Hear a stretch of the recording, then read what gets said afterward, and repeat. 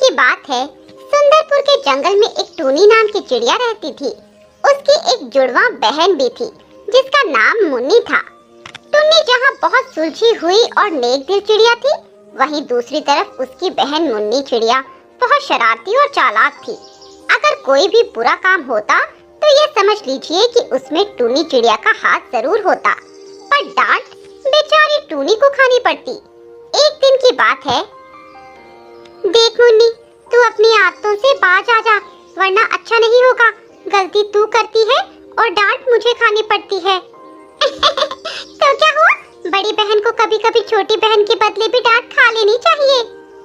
ये सिर्फ एक बार की बात होती तो चलता, पर अब तेरी वजह से हर रोज मुझे डांट खानी पड़ती है। बस अब बहुत हुआ, मैं तुझे आखिरी बार वार्निंग दे रही हूँ, आगे से ऐसा कोई भी काम मत करना। ठीक है, मैं आगे से ऐसा नहीं करूँगी। टूनी ऐसा कहकर मुन्नी के कमरे में चली जाती है।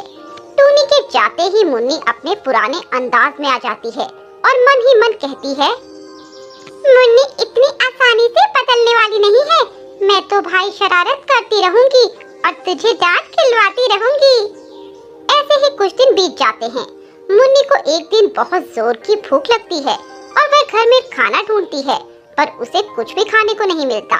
फिर वह मन ही मन सोचती है, यहाँ तो कुछ मिलने से रहा, क्यों ना मैं कालू कौवे के आम के बाग में कुछ आम तोड़ कर ले आऊं। हाँ, ये सही रहेगा।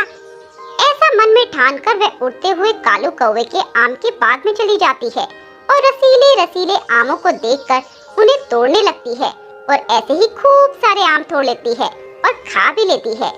तभी वहाँ कालू कौवा आ जाता है और उसे देखते ही मुन्नी चिड़िया जल्दी से उड़कर वहाँ से नीम के पेड़ के पीछे छुप जाती है। तभी वहाँ से टूनी चिड़िया भी उड़ते हुए कहीं जा रही थी। कालू टूनी को वही आम का चोर चिड़िया समझ लेता है और उसे पकड़ लेता है। अरे ओ चिड़िया, कहाँ जा रही है? नमस्ते काका, मैं तो अपनी सहेली दीपा कबूतरी के पास जा रही थी। बोलिए, आपको कुछ काम है? अरे वाह, बहुत अच्छी एक्टिंग कर लेती हो तुम। अब ज्यादा बनो नहीं, मैंने तुम्हें आम चुराते हुए देख लिया था। बोलो, तुमने ही मेरे आम तोड़कर खाए हैं ना? बोलो। नहीं काका, मैंने आपके आम नहीं खाए, मैं सच बोल रही हूँ, मेरा विश्वास कीजिए। मैं तो अभी यहाँ आई हूँ और अपने दोस्त के घर जा रही हूँ। अच्छा, अब चोरी करती पकड़ी गई तो बहाने बना रही है। मैंने तुझे अपनी आंखों से मेरे बाग में देखा था और तुम मुझे देखते ही भाग गई। मैं झूठ नहीं बोल रही काका, मैं सच बोल रही हूँ, मैंने आपके कोई आम नहीं खाए।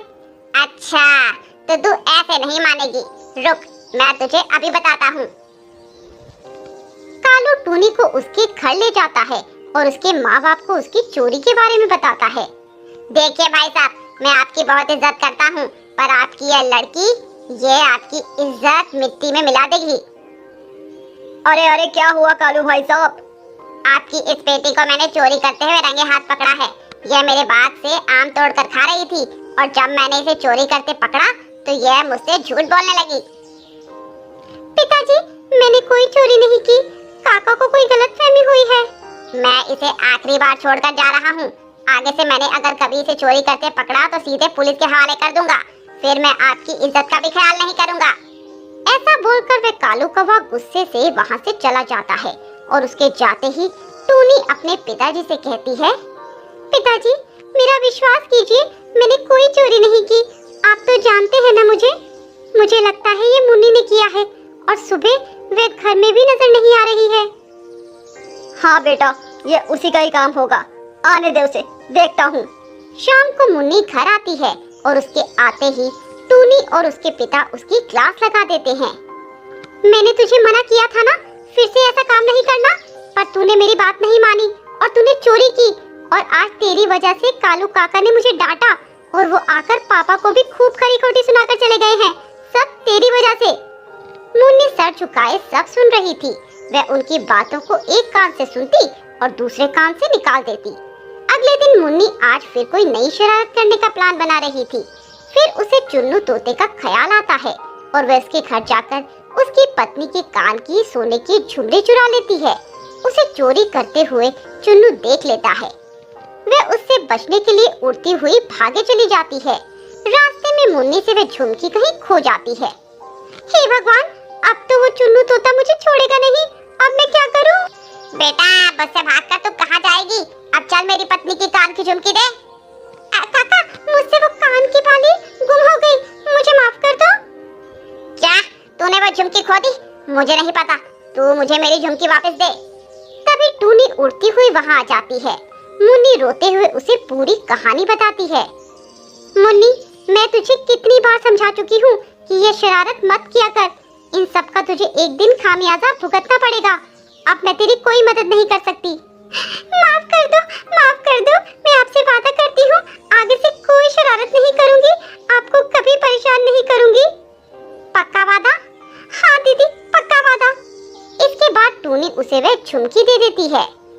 ये रही वह झुमकी, ले दे दे काका को। मैं जब यहाँ आई तो मुझे झुमकी पड़ी हुई मिली थी, पर मैंने तुझे झुमकी पहले इसलिए नहीं दी क्योंकि मैं तुझे तेरी गलती का एहसास करवाना चाहती थी। इसके बाद मुन्नी सुधर जाती है और कभी फिर से शरारत ना करने का प्रण लेती है।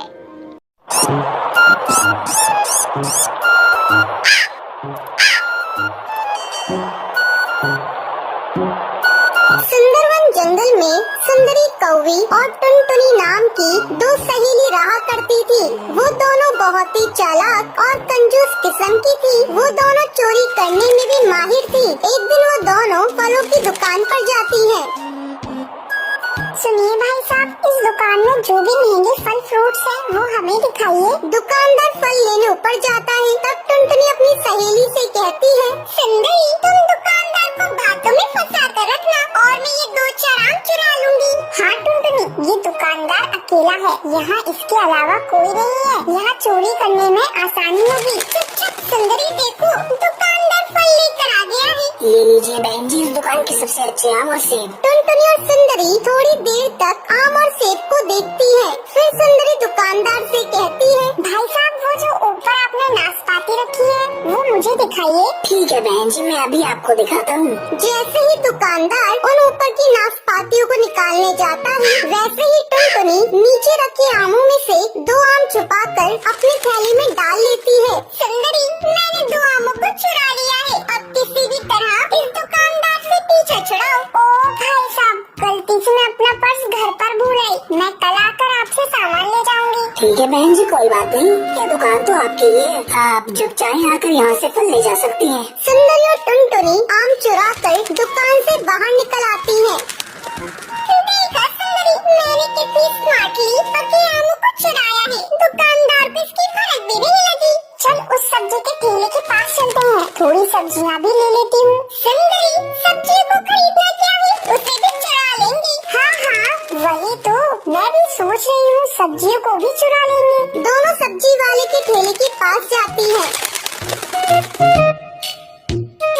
भैया, ये टमाटर कितने किलो दे रहे हो? सस्ते में ही दे रहा हूँ बहन जी, कल 80 के दी और आज 40 की दे रहा हूँ। क्या भाई साहब, टमाटर नहीं, लगता है गोल्ड की रेट बता रहे हो। बहन जी, लेने हैं तो लो, और इसी भाव में बेच रहा हूँ। इधर भी सुंदरी सब्जी वाले को अपनी बातों में फंसाई हुई थी और टुनटुनी धीरे धीरे सब्जियों को चुरा रही थी। अचानक सब्जी वाले की नजर टुनटुनी पर जाती है। अरे चोरनी, तुम मेरी सब्जियों को चुरा रही थी? लगता है तुम दोनों दोस्त चोरनी हो। अरे भैया, तुम ये कैसी बातें करते हो? तुम्हें मैं चोरनी दिखती हूँ? और ये तो छोटी सी बच्ची है। अनजाने में तुम्हारी इन सब्जियों को ठेले में रख लिया। ये लो तुम्हारी सब्जी के पैसे। चोरी पकड़ी गई और इसके पैसे दे रही हो। तभी वहाँ वो दुकानदार आ जाता है।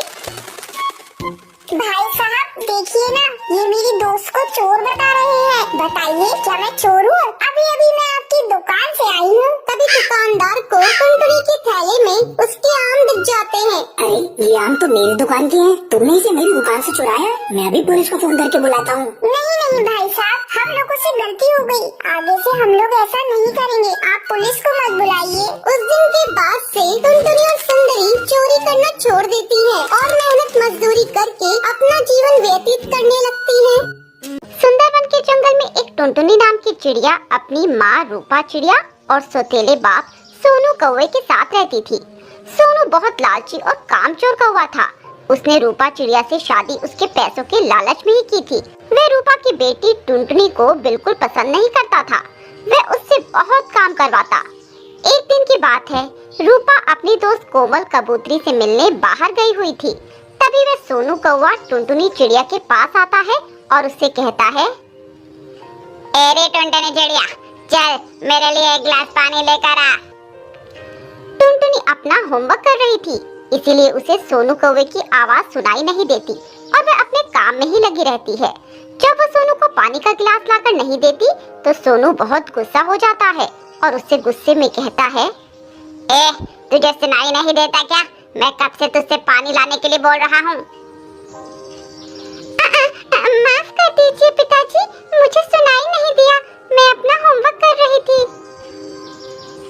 चल चल, ये बहाने मत बना, चल मेरे लिए एक कप चाय बना कर ला, जल्दी कर। पर अभी तो आपने पानी के लिए बोला था। तो मैं चाय नहीं पी सकता क्या? अब मेरा मन पानी पीने का नहीं है, चाय पीने का है। तो तुझसे जो कहा है वह पूरा कर और जल्दी से मेरे लिए गर्मा गर्म चाय बना कर ला। पर पिताजी, मुझे चाय बनानी नहीं आती, मैं कैसे चाय बना पाऊंगी? तो चाय बनाने के लिए क्या मैं तेरे स्वर्गवासी बाप को बुलाकर लाऊं? चल, अब ज्यादा मेरा दिमाग मत खा और मेरे लिए अच्छी सी चाय बना कर ला। सोनू की ये बातें सुनकर टुनटुनी रसोई में चली जाती है और जैसे तैसे सोनू के लिए चाय बनाती है और उसे लाकर देती है। ये लीजिए चाय पिताजी। सोनू वो चाय पीता है और उस चाय का टेस्ट बिल्कुल खराब था, इसीलिए वह चाय टुनटुनी के ऊपर फेंक देता है। ये चाय बनाई है तूने, ले पी ले खुद ही। इतनी बड़ी हो गई पर कुछ काम नहीं आता, एक ढंग की चाय बनानी भी नहीं आती। पता नहीं कब तक इन दोनों माँ बेटी को झेलना पड़ेगा। पिताजी, मेरा चेहरा बहुत जल रहा है, मुझे बहुत दर्द हो रहा है, मुझे डॉक्टर के पास ले चलिए। तेरी माँ मुझे कोई नोटों की गड्डी नहीं थमा गई जो मैं तेरे ऊपर खर्च करता फिरूं। ऐसा कहकर सोनू कौवा वहाँ से चला जाता है और टुनटुनी चिड़िया दर्द से करहा रही होती है और अपने पापा की तस्वीर देखकर उनसे कहती है, पापा, अगर आप जिंदा होते तो कितना अच्छा होता। आप मुझे कितना प्यार करते और बहुत जगह घुमाने के लिए भी ले जाते। पर ये पिताजी ऐसे नहीं है, ये मुझसे बिल्कुल भी प्यार नहीं करते और मुझे डांटते रहते हैं। आज देखिए उन्होंने मेरे साथ क्या किया। उन्होंने गरम गरम चाय मेरे ऊपर फेंक दी और मेरा चेहरा जल रहा है। ऐसे रोते रोते टुनटुनी चिड़िया वहीं पर सो जाती है। शाम को सोनू कौवा वापस आ जाता है और टुनटुनी से कहता है, ए टुनटुनी, याद रखना, अगर तुमने आज की बात किसी को बताई तो अच्छा नहीं होगा, नहीं तो आज तो कुछ भी नहीं, मैं एक दिन तुझे इससे भी ज्यादा दर्द दूंगा। नहीं पिताजी, मैं किसी को ये बात नहीं बताऊंगी, बस आप मुझे मारना मत। ठीक है, चल मेरे पैर दबा, मेरे पैरों में बहुत दर्द हो रहा है। ठीक है पिताजी, मैं अभी दबाती हूँ। और जरा अच्छे से दबाना। ऐसा कहकर टुनटुनी उस सोनू के पैर दबाने लगती है। तभी सोनू उससे कहता है, तेरे हाथों में जान नहीं क्या, जरा ढंग से दबा। खाने को तो पूरा दिन खाती ही रहती है पर शरीर में जान बिल्कुल भी नहीं है। ठीक है पिताजी, मैं और अच्छे से पैर दबाती हूँ। ऐसा कहकर टुनटुनी सोनू के पैर अच्छे से दबाती है। तभी रूपा चिड़िया वापस आ जाती है और टुनटुनी को सोनू के पैर दबाते देखकर टुनटुनी से सवाल करती है, बेटा टुनटुनी, तू ये क्या कर रही है? और सोनू जी, आप क्यों टुनटुनी से पैर दबा रहे हो? आपको शर्म नहीं आती इतनी छोटी बच्ची से ऐसा काम करवाते हुए?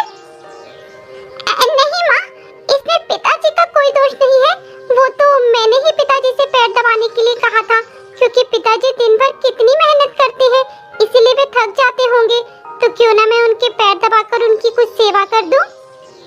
हाँ रूपा, हाँ, मैं तो टुनटुनी बिटिया को कब से मना कर रहा था, पर ये मेरी बात सुन ही नहीं रही थी। फिर मैंने सोचा क्या बच्ची का मन दुखाया जाए, इसीलिए मैंने भी इसकी मांग मान ली। अरे मुझे माफ कीजिएगा, मैंने कुछ गलत ही सोच लिया था। अरे रूपा, कोई बात नहीं, बाकी मैं टुनटुनी बिटिया को अपनी जान से ज्यादा चाहता हूँ, एक ही तो बेटी है मेरी। ऐसा कहकर वे सभी खाना खाकर सो जाते हैं। पर आज रात को सोनू को नींद नहीं आ रही थी, वह मन ही मन किसी नए जाल को बुनने में लगा था। आज तो बाल बाल बच गए, वरना अगर रूपा को ये बात पता चल जाती कि मैं टुनटुनी से जबरन काम करवाता हूँ तो वो मुझे घर से निकाल फेंकती और मैं फिर से दर बदर की ठोकरें खाता फिरता। समझदारी इसी बात में है कि अपने प्लान को जल्द से जल्द पूरा किया जाए और इन दोनों माँ बेटी को मार के यहाँ से 9-2-11 हुआ जाए। अगली सुबह सोनू कौवा जल्दी उठकर सबके लिए नाश्ता बनाता है और उस नाश्ते में जहर मिला देता है और सबको खाने के लिए बुलाता है। आ जाओ रूपा और मेरी प्यारी बेटी टुनटुनी, जल्दी आ जाओ। देखो पापा ने आप दोनों के लिए अच्छा अच्छा खाना बनाया हुआ है, जल्दी से आ जाओ। अरे वाह, खुशबू तो बहुत अच्छी आ रही है, पर आपने क्यों सुबह सुबह इतनी मेहनत की? मैं उठकर खाना बना देती ना। अरे तुम तो रोज खाना बनाती हो, आज मैंने बना लिया तो क्या हो गया। चलो ये सब छोड़ो और तुम दोनों नाश्ता करो।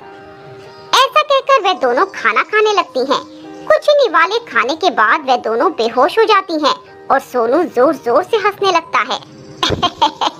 ये हुई ना बात, ये दोनों माँ बेटी तो भगवान को प्यारी हो गई हैं, तो देर किस बात की, सारा पैसा और जेवर लेकर यहाँ से भाग जाता हूँ। वे लोकर से पैसे और ज़वारात निकालकर भागने लगता है। तभी रूपा और टुनटुनी जाग जाते हैं और उसे पकड़ लेते हैं। ऐसे नहीं जाने देंगे आपको पिताजी, पहले प्रसाद तो लेते जाइए। तुम दोनों जिंदा कैसे बच गई? तुम्हें तो मैंने अभी अपने हाथों से जहर खिलाया था। हाँ, मुझे पता है कि तुमने हमें मारने के लिए खाने में जहर मिलाया था और तुम हमें मारना चाहते थे, पर अफसोस ये हो न सका क्योंकि मैंने तुम्हें पहले ही खाने में जहर मिलाते देख लिया था और उसके बाद मुझे टुनटुनी ने सब सच बता दिया कि कैसे तुम मेरे जाने के बाद उस पर अत्याचार करते हो। तुम्हें शर्म आनी चाहिए सोनू कौवे, मैंने तुम्हें अपना पति माना और अपनी बेटी का बाप, पर तुम विश्वास के लायक ही नहीं हो। हाँ माँ, ये बहुत गंदे पिताजी हैं, मुझे ऐसे पिताजी नहीं चाहिए।